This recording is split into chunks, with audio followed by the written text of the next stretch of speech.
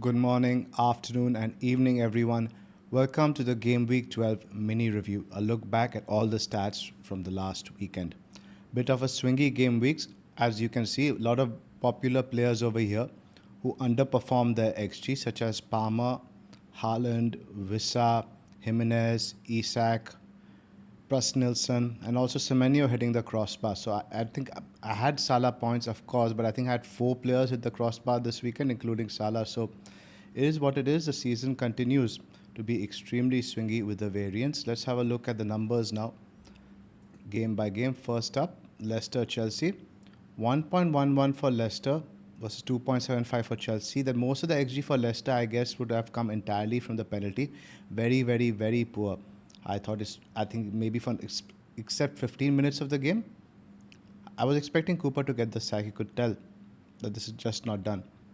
11 shots in the box for Chelsea, four big chances, four shots in the box for Leicester, just one big chance, obviously the penalty. Look at the goal threat numbers. Shots in the box, I'm interested to see where Palmer is over here.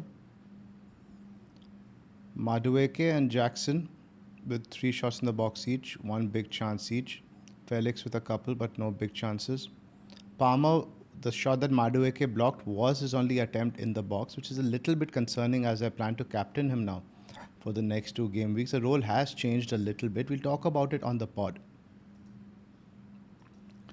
In terms of chances created, Fernandez with 3. Palmer, again, more of a creative role and not the goal threat, more of a deeper playmaker role, which I'm not really liking as much. I'm hoping to change over the next few weeks. Jackson with 1 chance created, 1 big chance created. I think that was the one with Madueke. With Madueke scuffed. Bournemouth Brighton. Bournemouth significantly ahead, well, not significantly, but ahead. 1.63 XG compared to 0.94.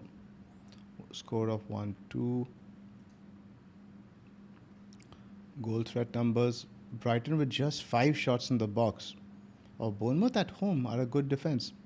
2 big chances. Bournemouth with 14 shots in the box, 4 big chances. So once again, quite wasteful. Evanilson with 5 shots in the box, 2 big chances, 2 shots on target. Semenyo with 4 shots in the box, but no big chances, which is again concerning. 1 shot on target. Joao Pedro, 1 shot, 1 goal. Mitoma similarly, 1 shot, 1 goal. Numbers are going to be poor for Brighton here. Joao Pedro, only Brighton player to create, him and Welbeck, only player to create 2 chances. Otherwise, it's Cook, Brooks. Only 1 chance created by Semenyo, but it was a big chance. In terms of creativity, he's not really offering much. Arsenal Forest, just 1.19 XG for Arsenal.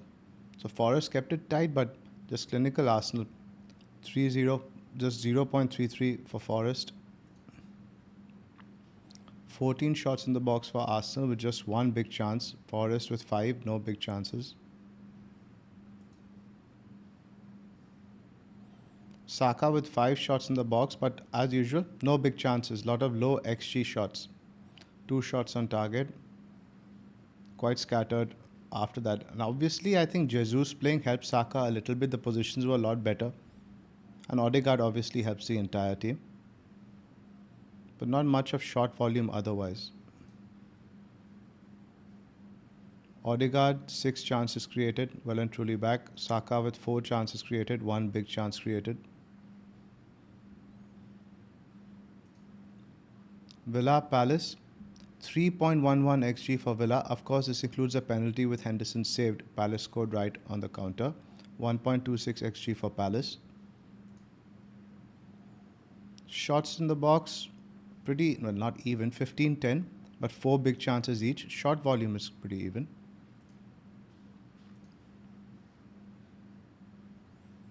Watkins with 5 shots in the box. Sarr with 4. Barkley with 2. Maatson with 2 as well. I don't think he's going to be playing regularly, though it's not really relevant. I'm trying to find Rogers here. Rogers with just 1 shot in the box. It's a bit of a. I mean, he has a couple of good fixtures, but as an asset you want to feel in your first 11. I'm beginning to lose faith in Rogers a little bit. One shot in the box is just not great. Looking at chances created, McGinn and Tielemans, primary chance creators, along with Bailey. Again, Rogers over here, one chance created. Very poor underlying numbers. Watkins, of course, with nothing, pure goal scorer.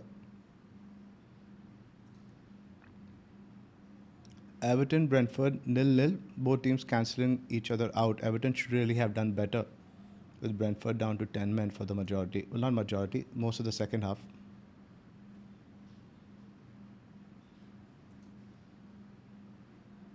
16 shots in the box, just one big chance created. Brentford with 5, and they had more big chances.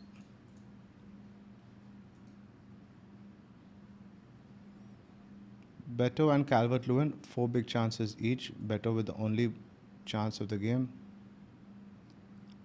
Who else stands out over here? Mikalenko with 3 shots in the box is interesting. I was just having a discussion with the guys prior to the game that Mikalenko has no attacking threat, but clearly he does, mostly against 10 men, I guess. Creativity, Gay and NDI, McNeil, Tarkowski obviously all dominated over here, but Boomo with a couple of chances created. Nobody else really of note. Who had the big chances for Brentford? I'm guessing Wissa had one at least. Yeah, he had both. Fulham versus Wolves, just 1 XG at home for Fulham. 1.3 for Wolves. So 4 goals for Wolves from 1.3 XG is something.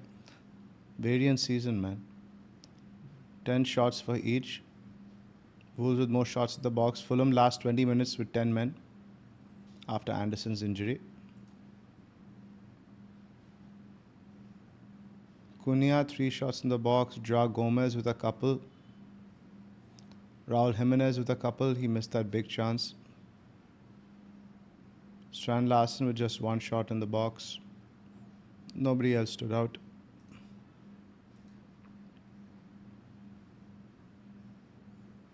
Chances created again. No, nothing to really read off over here. Lemina, Pereira, Gomez. Let's have a look at the average position for Ed Nouri. Not as advanced this game. Pretty much in line with the centre backs. Yep. More of a withdrawn role. Still got forward a lot from what I've seen from the highlights, but the average position definitely more withdrawn. City 2.14 XG to 2.51 for Tottenham. Again, the game doesn't tell you the story. They were being carved open at will. Spurs with now 6 big chances. City with 4. Should have scored at least 1 from that. I thought the first attempt that Haaland had was very symptomatic of his troubles right now. When Haaland's on it, he would have taken the shot at least a second earlier. 7 shots in the box, 2 big chances. Foden with 3, Guardiola with 2. No other real standouts. I'm guessing Kulusevski is going to be on top of this. No chances created. Yeah, Kulusevski is thereabouts, but there are 8 chances created by Guardiola. That's a bit absurd, but none of them are big chances. 4 by Bernardo Silva. But when 12 chances created, I mean, out of your 23 attempts, half of them are being generated by Guardiola and Bernardo Silva. That's not a good sign. Kulusevski with 3 chances created, 2 big chances created. Solanke also with a couple. Southampton versus Liverpool. 1.28 for Southampton, 3.15 for Liverpool. Clear winners. Much better in the second half, Liverpool, of course. 27 attempts, 18 shots in the box, and 7 big chances. So in terms of captaincy, I think Palmer in the game week, the midweek game week against Southampton definitely looks on. Haaland has Forest that week. We'll talk about that on the pod. As we saw, Forest didn't really give up much against Arsenal. Goal threat numbers first.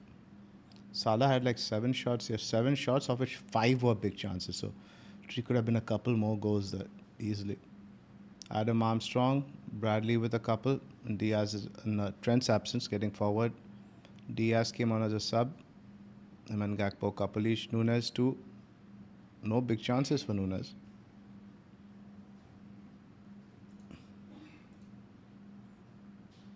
Where did the creativity come from? Robertson, 5 chances created. I think that's a season high for him.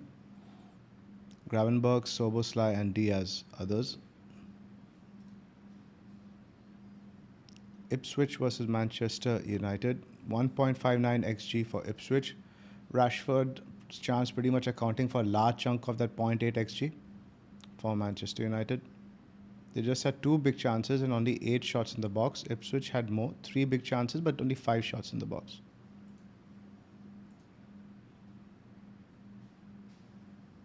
Bruno with a couple of chances, no big chances. Garnacho and Rashford obviously with the 2 big chances. For Ipswich, I'm guessing Delap, I remember, had a couple. Yep, and Chaplin with the other.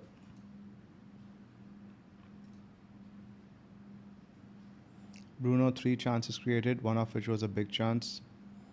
Diallo for Rashford, but nobody really else.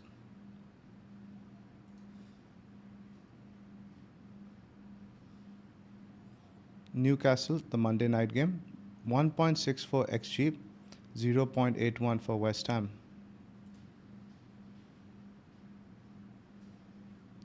Very surprising result.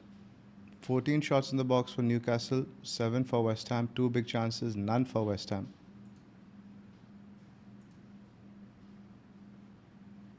Isak with 5 shots in the box, only 1 big chance.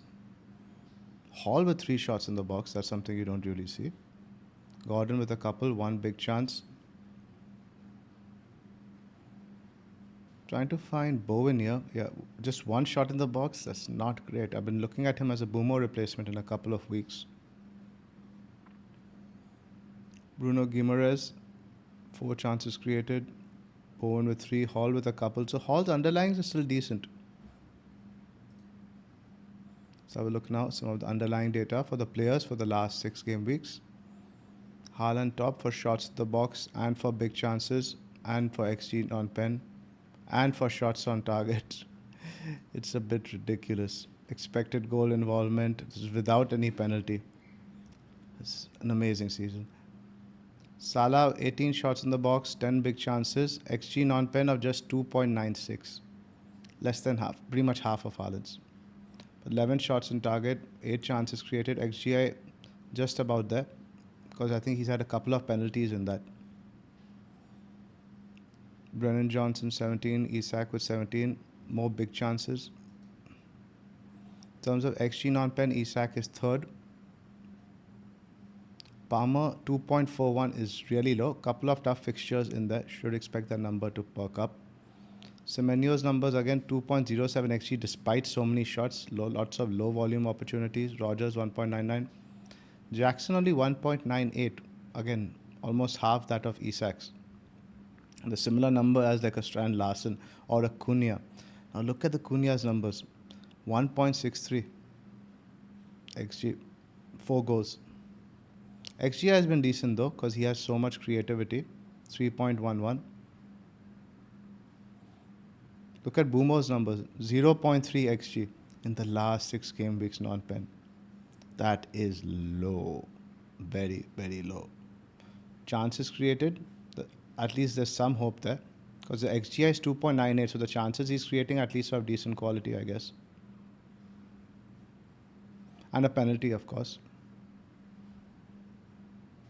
What else do we like to see over here? Who have been the most creative players? Tielemans, Bruno, Palmer, as you've seen, more of a creative role. Davies, Bowen, Kulusevski, of course, Cunha.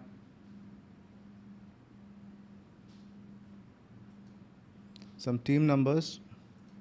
Last 6 game weeks, Arsenal, Liverpool, Newcastle have been the tightest defenses. Interesting when Liverpool and Newcastle face off midweek.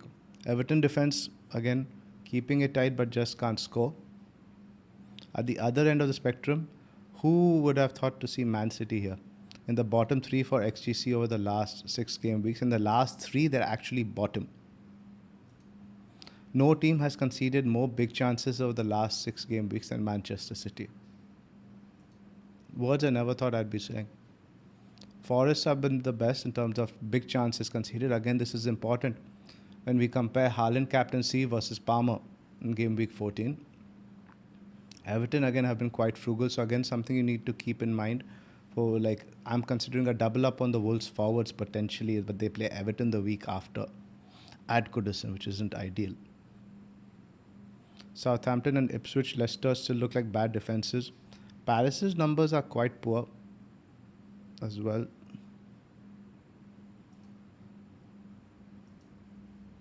That's the XG non-penalty. City are still on top.